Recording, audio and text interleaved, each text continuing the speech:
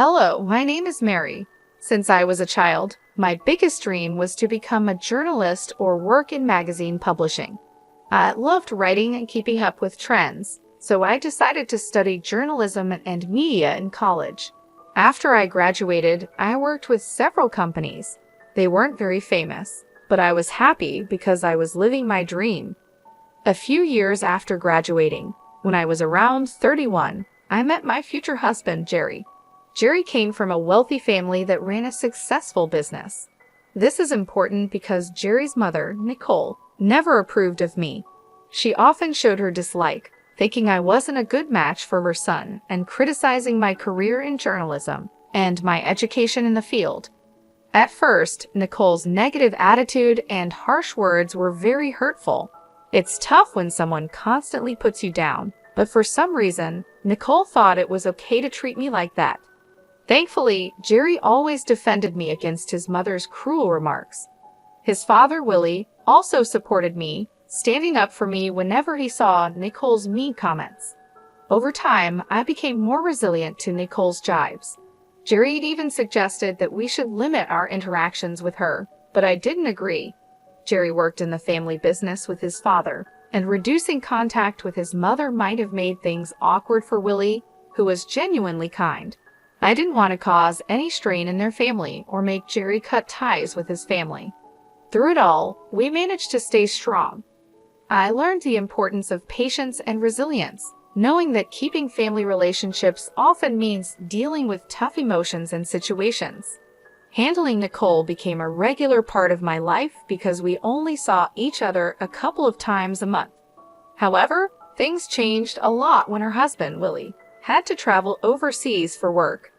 Nicole didn't want to stay alone, so she moved in with Jerry and me until Willie came back. I had doubts about this arrangement, but believed family should come first. Living with Nicole was hard. She always found something wrong with what I did and constantly criticized me. Even though her comments were relentless, I managed to cope without taking it personally as long as she didn't cause real harm. However, my patience was tested during a particularly stressful week at work. I was leading a major redesign of a section in our magazine, a project that was crucial for both the publication and my career. Success could lead to a promotion. Nicole didn't seem to understand the importance of this project and was indifferent to the pressure I was under. One evening, just before the big presentation, I was discussing my worries with Jerry, and Nicole overheard us. She came into the living room and interrupted with her opinions. As I shared my fears about failing in front of the company's top executives and potentially missing out on a promotion, Nicole bluntly dismissed my concerns. "Well, Mary, I overheard your conversation, and honestly, you probably don't have the skills for this. You'll likely do poorly tomorrow," she said, without being asked. Her words were harsh, and she added insultingly, "Just see it as an opportunity to quit and perhaps focus on being a housewife." Her comment hurt deeply, showing not just a lack of support, but also a strong disregard for my professional dreams. This confrontation highlighted how hard it was to live with Nicole and tested my commitment to keeping peace in the family despite our differences. Nicole's remarks that evening crossed a line when she suggested I'd be a better fit for her son if I gave up my career. "I can't believe he married a journalist," she said scornfully, making it clear she meant to belittle my profession and my efforts. Feeling frustrated, I responded firmly, "Mom, you're overstepping. I don't have time for this nonsense. I have more important things to worry about than your opinion of me or my relationship with your son." Nicole seemed shocked by my assertiveness. "How dare you speak to me like that?" she said. "So it's fine for you to insult me, but not for me to defend myself," I retorted. She turned to Jerry. "Say something. Your wife is disrespecting your mother." Jerry calmly sided with me. "She's just defending herself, Mom. I don't see anything wrong with it." Nicole accused me of manipulating Jerry. "Look how easily you turn your back on family. Mary will regret this." Her intrusion into our private conversation and the blatant insults left me seething with anger. Jerry tried to apologize for his mother's behavior, but I stopped him.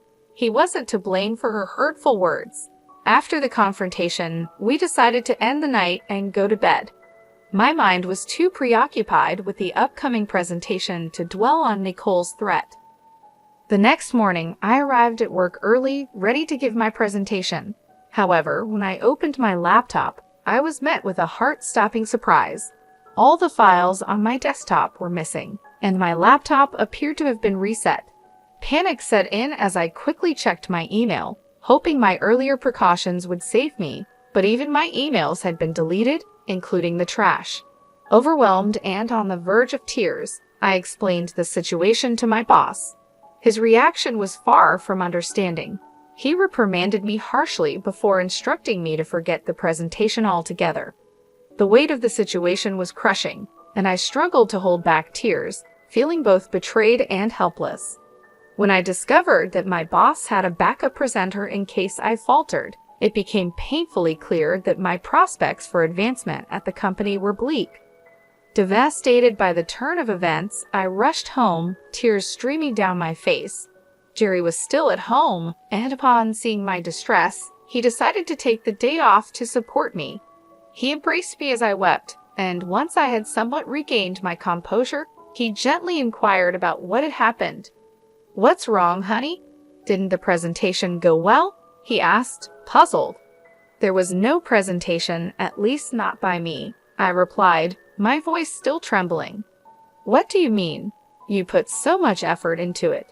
You barely slept these past few days because you were working so hard," Jerry said, his concern deepening. I explained the heartbreaking situation. When I got to work, I opened my laptop only to find that everything had been deleted. "How did that happen?" he asked, bewildered. It was both embarrassing and humiliating to have to explain it to my boss, I said, feeling the weight of the situation. I admitted feeling the sting of the memory. "Didn't you back it up somewhere else?" "I did," I said. "I emailed it to myself, but my inbox and even the trash had been emptied." Frustration was clear in my voice. Jerry's face fell with sympathy. "I'm so sorry this happened. What did your boss say?" "He was furious and called me unprofessional and lazy. He had someone else ready to do the presentation," I replied, bitterness hard to hide. "But you still have your job, right?" Jerry tried to find a silver lining. "Yes, but I'm stuck. There's no room for me to advance or move up. I'm done here," I said, feeling defeated. "Don't worry, honey. You'll find a better job. I'll be here for you through it all. Just keep working here until you're ready to leave," he reassured me, his support unwavering. "Yeah, I'll give my notice now. I can't believe I worked so hard for this, and just when I was close, it all slipped away," I said, the realization sinking in. The incident left me deeply affected. I took pride in my work, and to have a project fall apart so disastrously was traumatic. Though I continued to work there for another week, my heart wasn't in it anymore. I submitted my resignation, counting down the days until I could leave. Throughout this ordeal, Nicole's reaction was oddly gleeful. She once saw me in tears and made snide remarks, gloating over my misfortune. Initially, her words fueled my anger, but eventually I realized that her satisfaction with my struggles only reflected her bitterness. As I thought about Nicole's behavior, I couldn't shake the suspicion that her delight might stem from the hope that I would finally quit my job and become a housewife. Or, perhaps more unsettlingly, that she had a hand in the ruin of my career. The thought that Nicole might have sabotaged my laptop haunted me, fueling a nagging intuition that she was involved in the disaster. Before approaching Jerry with such a serious accusation, I knew I needed concrete proof.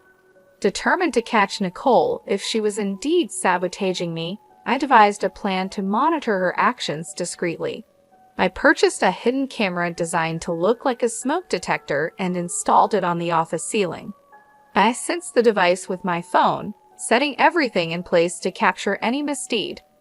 The next part of my plan involved baiting Nicole into revealing her possible involvement. I made it a point to appear visibly stressed and anxious around the office, hoping to draw her attention. Jerry was still at work, unaware of the unfolding drama. As expected, Nicole took notice of my anxious pacing and couldn't resist inquiring. "What's wrong? Are you stressed about another project?" she prodded, taking a deep breath. I confided in her, playing into her curiosity. "I've been given another chance to present my work, and it could lead to a raise," I said, masking my anxiety with a hint of hope. "Oh," Nicole's interest was piqued, her tone laced with a mix of surprise and skepticism. "Yes, and I'm nervous because this is my last chance to get things right. I have to do well," I continued, watching her reaction closely. "Why aren't you telling Jerry? Is it because you're embarrassed about your job?" "No, it's not that. I just don't want to disappoint him again. Please, let's keep this between us, okay?" I pleaded, trying to gauge her response. "I'm not promising anything, but it'll be interesting to see what happens tomorrow," she replied, her words chilling. "Why do you always want me to fail?" I couldn't help but confront her. "I just think you'd be better off as a housewife. It's less embarrassing than what you're doing now," Nicole scoffed, dismissing my concerns. Frustrated and needing space to prepare, I finally said, "I don't have time for this, and I don't care what you think. Please leave me alone so I can practice my presentation before Jerry gets home." With that, Nicole left, and I was left to hope that my hidden camera would reveal the truth behind her unsettling satisfaction. Nicole's smirk as she glanced at my laptop lingered in my mind long after she had left the office. I stayed put a little while longer, finally leaving only when Jerry arrived home. Throughout dinner, Nicole's occasional smirks continued, each one sending a ripple of unease through me. Later that night, after Jerry and I had settled into our usual routine of watching a few episodes of our favorite TV series, I decided it was time to check the footage from the hidden camera I had installed in my office. As we watched, the screen showed Nicole entering the office. There was no unusual activity until around midnight. That's when Nicole stealthily entered the office. I hastily showed Jerry the live feed on my phone. Initially puzzled, he soon watched in disbelief as Nicole tampered with my laptop, causing it to shut off and restart. Jerry's expression turned from shock to anger as he realized what was happening. Meanwhile, the camera captured Nicole rifling through my files. Unable to contain his frustration, Jerry stormed into the office. He burst through the door, startling Nicole, who spun around, caught in the act. "What are you doing in here, Mom?"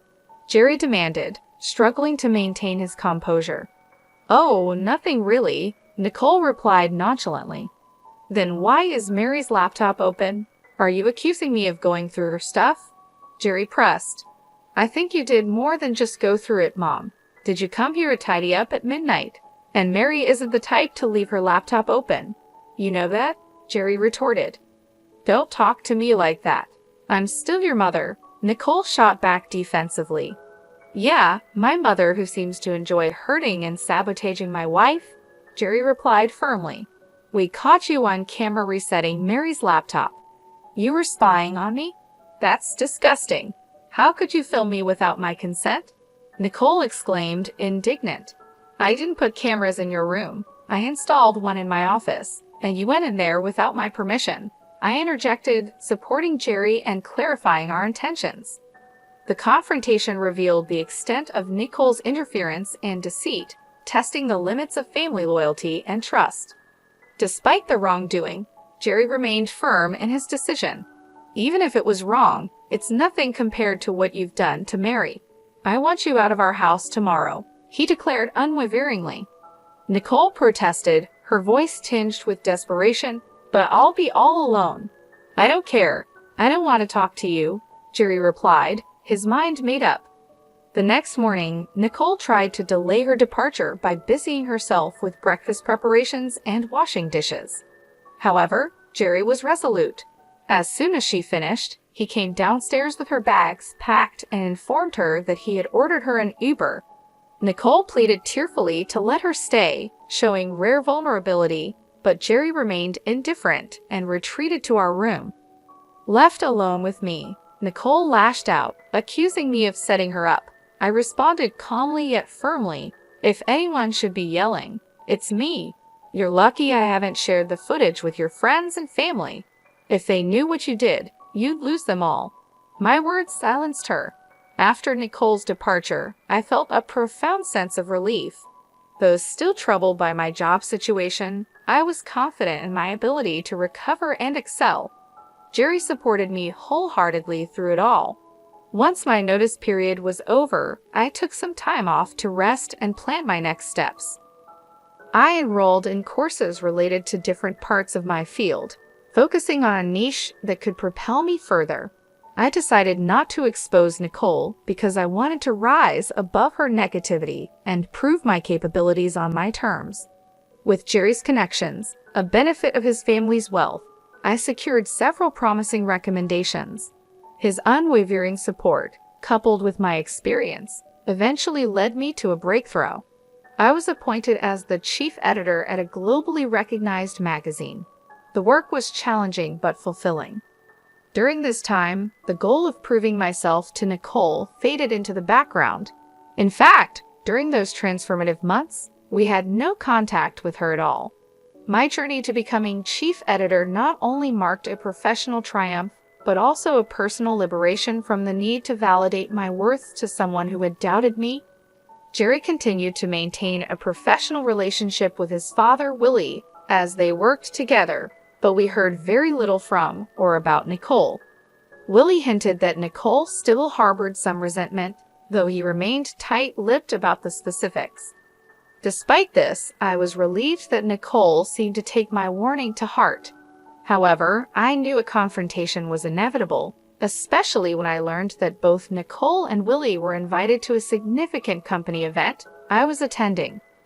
The party was a grand affair, attracting numerous prominent figures. Jerry and I made sure to look our best, aware that we were now both influential figures in our own rights. Upon our arrival, Willie and Nicole noticed us and waved us over.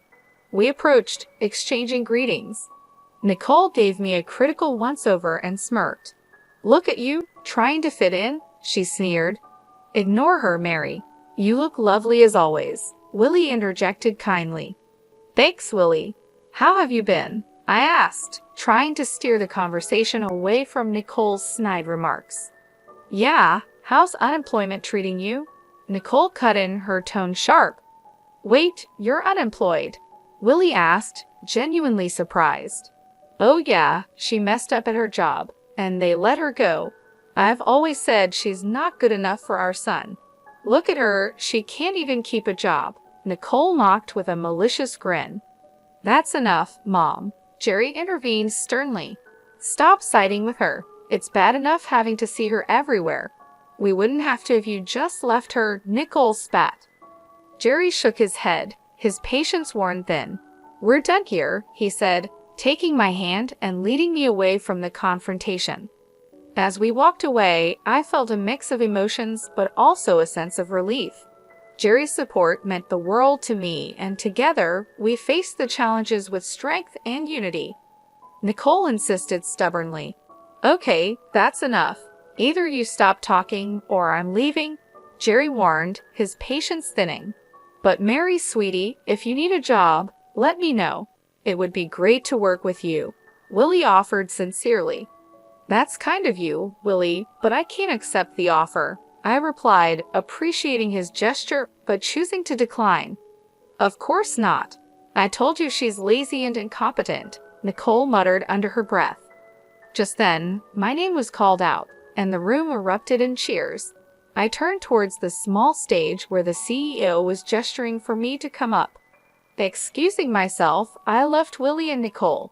Willie looked amused, and Nicole, for once, was at a loss for words. Nicole looked both confused and angry as the CEO began his speech, praising my contributions to the company and my innovative ideas for the magazine. The room filled with applause and cheers, and soon I was asked to give a speech. Gratefully, I acknowledged Jerry's unwavering support and my colleagues' collaborative efforts that had significantly shaped the magazine. I concluded by thanking an unnamed critic whose skepticism had unwittingly spurred me to excel. As I stepped off the stage, many congratulated me and curiously inquired about the critic. but I chose to keep that detail private. I rejoined Jerry, Willie, and Nicole at our table. Jerry embraced me warmly, his pride evident, while Willie also stood to congratulate me with a hug. Nicole, on the other hand, could only offer a cold glare. "Oh, Mary, this is incredible. I can see why you wouldn't want to work with us," Willie remarked with genuine admiration. "Thanks, Willie. Although I'll admit, if you'd offered me the job about 9 months ago, I might have taken it," I responded, reflecting on the past.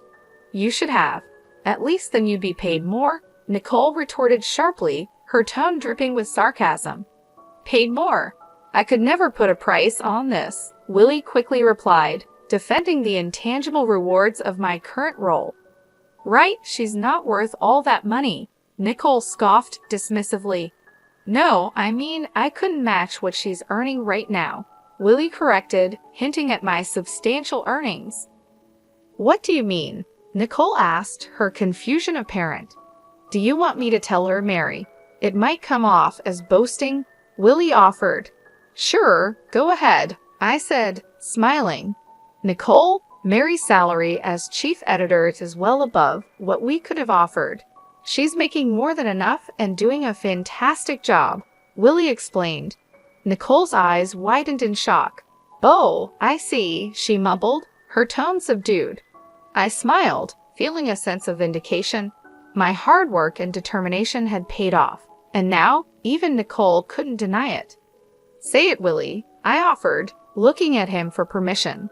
"Mary makes at least 5 times more than I do in her current position," Willie revealed, causing Nicole's eyes to widen. "Oh yeah, she must be making way more than Jerry or I could ever imagine," Nicole exclaimed, her tone shifting from disbelief to grudging acknowledgement.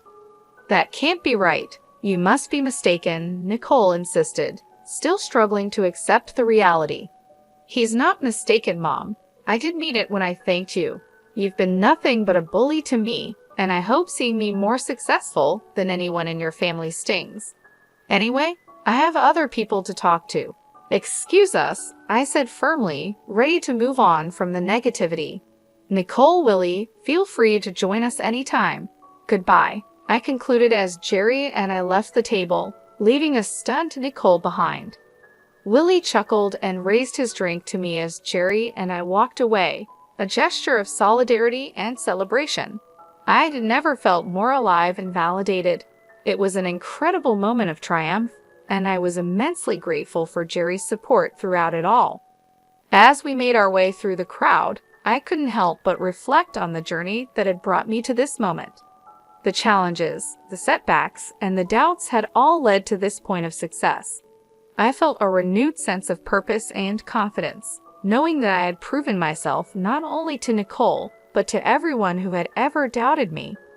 Jerry and I found a quieter corner of the venue where we could enjoy the rest of the evening. He looked at me with pride in his eyes and said, "I'm so proud of you, Mary. You've worked so hard and deserve all the success you've achieved." "Thank you, Jerry. I couldn't have done it without your support. You've always believed in me, even when I doubted myself," I replied, feeling a wave of gratitude. We spent the rest of the evening mingling with colleagues and friends, celebrating my achievements. The event was a blur of congratulations, laughter, and heartfelt conversations. Each person who approached me to offer their well wishes reinforced the fact that I had truly made it. My hard work and dedication had paid off, and I was now standing on solid ground, both professionally and personally. Later that night, as we returned home, I felt an overwhelming sense of relief and accomplishment. The weight of Nicole's negativity had been lifted, and I knew that I had finally broken free from her influence. Jerry and I talked about the future, dreaming about the possibilities that lay ahead. We were both excited about the new opportunities and challenges that awaited us. In the following weeks, I settled into my new role as chief editor with renewed enthusiasm. The work was demanding, but I thrived on the challenges, knowing that I was making a significant impact. My team respected and supported me, and together we pushed the magazine to new heights. The sense of fulfillment I felt each day was unmatched, and I knew that I was exactly where I was meant to be.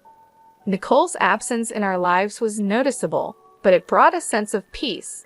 Jerry continued to work with his father, Willie, and their relationship remained strong. Occasionally, Willie would provide updates on Nicole, hinting that she still harbored some resentment. However, these updates were few and far between, and we chose not to dwell on them.